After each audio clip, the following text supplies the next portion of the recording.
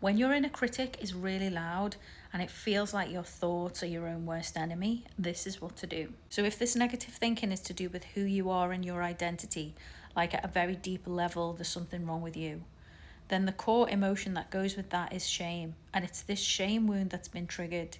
The louder the inner dialogue, the deeper the shame wound has been triggered, or the more shame that we carry internally. That's why you don't try to heal the inner critic on the level of thinking. You have to recognize that the inner critic is made up of not only thoughts, but emotions. And it's the emotional wound that actually keeps that inner dialogue going, not the inner critic itself. It fuels more shame in the system. This system then feeds the inner critic, so that sets up this internal loop whereby the inner critic is feeding the shame wound, and the shame wound is then subsequently feeding the inner critic. The starting point for this is to recognize when you do this, to become more aware of this inner dialogue and this feeling of shame or dysregulation that sits underneath it.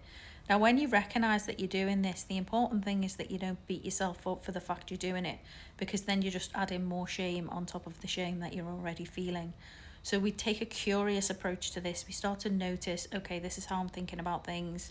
This is how I'm feeling. My shame wound has been triggered, and I need to bring a different approach to how I'm speaking to myself. It's not helpful if I just continue to berate myself, or I'm mean to myself or horrible to myself internally. That doesn't work.